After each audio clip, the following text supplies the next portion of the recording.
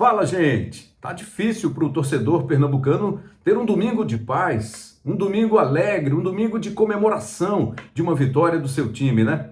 O torcedor do esporte amargou mais uma derrota para o Botafogo nos últimos instantes da partida, no finzinho do jogo, derrota por 1-0. O Santa Cruz contra o Horizonte, lá na Grande Fortaleza, derrotado por 2-0.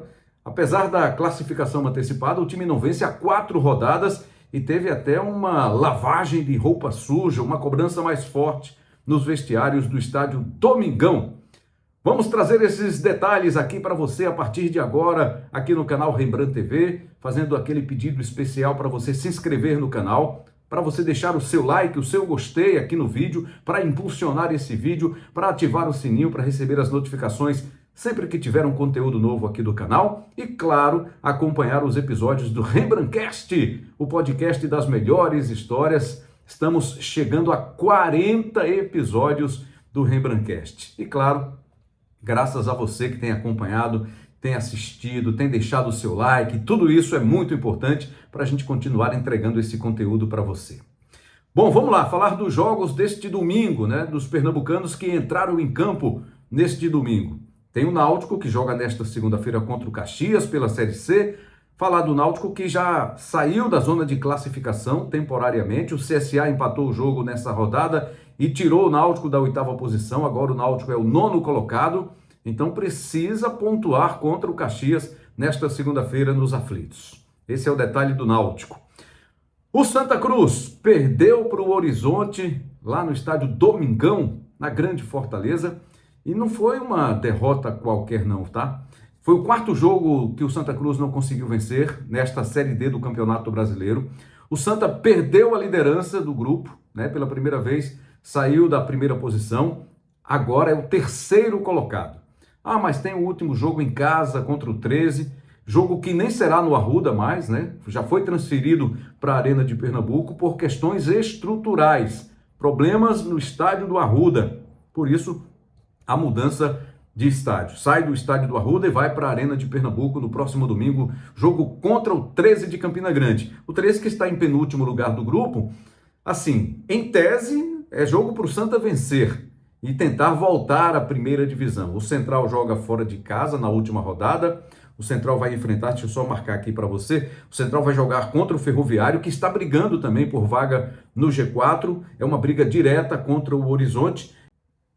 E o Horizonte vai enfrentar o América, o jogo é em Natal, então o América tem uma chance boa também de seguir aí na vice-liderança, de repente vencendo em casa, mas o Horizonte está brigando por vaga nesse G4. Só para lembrar os resultados da rodada, o Ferroviário venceu o Santa Cruz do Rio Grande do Norte por 2-1, o Horizonte bateu o Santa, como falamos agora, Central e Souza ficaram no empate em 1-1, esse empate aí levou o Central a 25 pontos, e a liderança do grupo A3, do grupo do Santa, que caiu para a 3ª posição, com essa derrota para o Horizonte, que está em 4º lugar. Mas o que pegou mesmo é que o Santa fez um jogo muito aquém da expectativa do torcedor do Santa, né? O time não vem fazendo bons jogos nessa reta final, faz um segundo turno horroroso, teve um primeiro turno muito bom, disparou na frente, tanto é que só agora, na penúltima rodada do retorno, foi que o Santa Cruz perdeu a liderança desse grupo, caiu para a 3ª posição. Mas foi um jogo que nem os próprios jogadores, nem o técnico Marcelo Cabo aceitaram o rendimento do time. Não teve um rendimento bom, né? Até teve algumas oportunidades no primeiro tempo, não fez, e o Horizonte, em 2 chances, conseguiu fazer os 2-0 e garantir a vitória. O segundo tempo fraco, tecnicamente, de ponta a ponta, de parte a parte. O Santa não conseguiu reagir e jogadores, comissão técnica, diretores que viajaram, ficaram lá reunidos dentro do vestiário, com muita cobrança forte, a pergunta de o que é que está faltando, por que que está desse jeito, por que que o time perdeu o rendimento. Então, segundo o próprio técnico Marcelo Cabo, né, foi mesmo uma lavagem de roupa suja, e disse que vai recalcular a rota, faltando uma rodada aí para começar o mata-mata, né, a fase eliminatória. Então a preocupação do torcedor do Santa Cruz só aumenta depois dessa queda de rendimento do time no segundo turno da Série D, desta fase de classificação da Série D do Campeonato Brasileiro. Então precisa de ajustes firmes, Evidentemente que tem esse jogo contra o 13, é um jogo que não vai fazer com que o Santa caia mais nenhuma posição, independentemente do resultado. Pode levar o Santa à primeira posição, mas aí não depende só dele, né? Ele depende de resultados, tropeços de Central e América de Natal. O Central tem 25 pontos, o América tem 24 e o Santa Cruz também tem 24 pontos, está em terceiro lugar. Mas algo precisa ser feito, viu? E urgentemente. Não sabe se de repente o que tem acontecido nos bastidores do clube, na política do clube, a questão da SAF, se isso vem realmente interferindo, de que forma, em que grau, em que nível isso está interferindo no rendimento do time dentro de campo.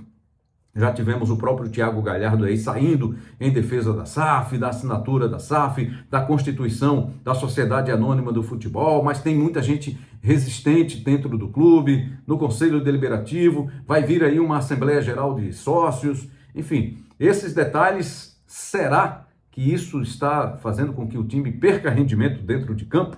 O que é que está acontecendo? Tem questão de salário atrasado também, mas segundo o próprio Thiago Galhardo, né, há 2 semanas, disse que estava tudo programado, a conversa transparente com o presidente do clube, que prometeu resolver essas questões. Mas é um alerta que fica aí, porque mais um ano na Série D vai ficar bem complicado para o Santa Cruz, né? Que vive essa expectativa também de virar SAF.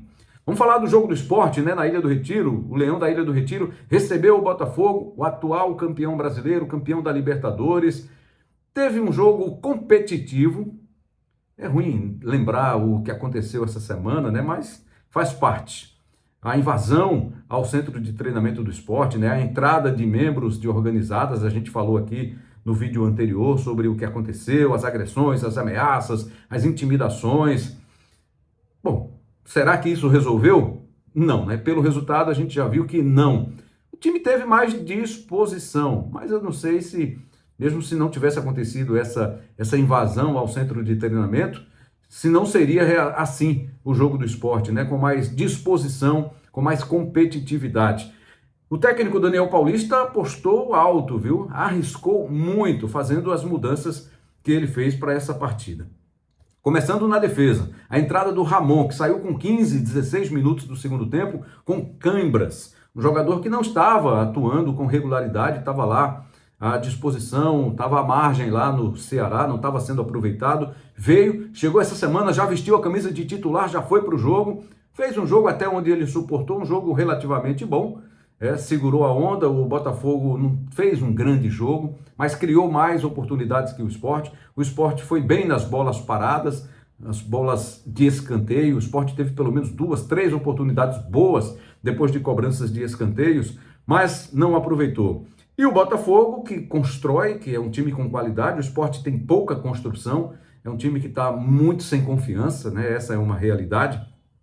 O Sport foi mais na base da bola parada, mais na disposição, na entrega, mas tem uma diferença técnica muito grande. E o Botafogo, mesmo com essa qualidade maior, ele quase não conseguiu a vitória, viu? A vitória que só veio aí aos 45 minutos do segundo tempo, numa jogada individual do Cuiabano dentro da área. O Matheus Alexandre ficou só cercando o Cuiabano, que dominou, fez uma finta, arrombou um ângulo e conseguiu bater cruzado, vencendo o Gabriel Vasconcelos, que fez pelo menos ali umas 2 defesas importantes no time do Sport. Bom, tivemos também aí mudanças no meio de campo. Sérgio Oliveira saiu, Lucas Lima foi quem jogou na meia, né, central, do jeito que todo mundo pedia, mas não conseguiu fazer um bom jogo também o Lucas Lima. E essa até foi um questionamento, né, dos integrantes de uniformizadas que invadiram lá o CT. Não pode jogar Sérgio Oliveira com Lucas Lima. Não sei se ele já tinha essa ideia, imagino que sim, né, que o Daniel já tinha essa ideia de ter um ou outro na equipe. Teve o Lucas Lima, e quando substituiu o Lucas Lima, substituiu pelo Mateuzinho, jogador recém-chegado, outro que chegou e foi para o banco, já entrou no segundo tempo. No primeiro tempo ainda, no time titular, entraram também o Derek Lacerda. O jogador brigou ali no ataque, teve 2 finalizações boas para o time do Sport, mas é um jogador que a gente sabe pode até ajudar de alguma forma, mas não é um jogador para estar em Série A hoje. Não seria a primeira opção do Sport. mas foi o que aconteceu, foi o que o mercado ofereceu, foi o jogador envolvido aí na negociação com o Carlos Alberto. Pode vir a ser aí uma peça importante, deixou uma boa impressão nessa primeira partida. Vamos ver se ele vai aguentar o tranco, né, de Série A do Campeonato Brasileiro. O outro titular do jogo de hoje foi o Ramírez, Ignacio Ramírez, Colo Ramírez. O argentino entrou sumidão no jogo também, né? Teve uma boa oportunidade, mas faltou capricho ali na saída do goleiro John. Ele acabou batendo errado, pegando muito mal na bola, desperdiçou uma oportunidade para o Sport naquele instante.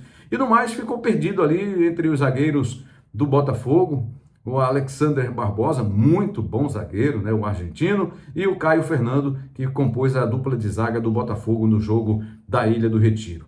Caiu muita chuva, né? Assim que a bola começou a rolar, um pouquinho antes, foram 5 minutos ali, 10 minutos de chuva intensa, mas o gramado suportou legal e tivemos esse jogo aí bem disputado entre Sport e Botafogo. Mas não foi o suficiente e não é o suficiente para o Sport sair dessa situação, o futebol que mostrou contra o Botafogo. Por mais que tenha sido competitivo, que tenha ameaçado em alguns momentos, mas desse jeito vai ficar mesmo complicado para o time do Sport. Quarta-feira já tem o Vitória pela frente, né? O jogo lá em Salvador, no Barradão, é um duelo nordestino. O Sport esse ano já foi lá, já perdeu o jogo para o Vitória, enfim. Mais uma pauleira aí, mais uma pedreira para o time do Sport. E será que dentro de campo os jogadores estavam pensando no que aconteceu no meio da semana? O confronto lá com os integrantes das uniformizadas? Tomara que isso não tenha influenciado, né, de alguma forma aí no time do Sport, nos jogadores que passaram pelo que passaram no jogo lá no centro de treinamento do Sport, né? Bom, só para completar aqui, o Retrô conseguiu vencer, saiu da lanterna do Campeonato Brasileiro, da Série C do Campeonato Brasileiro, já está em 17º lugar, vitória sobre o Brusque, jogo lá em Santa Catarina. O Retrô estava com muita dificuldade e conseguiu uma vitória por 2-1, teve gol de Wagner Love, saiu do último lugar para o 17º lugar.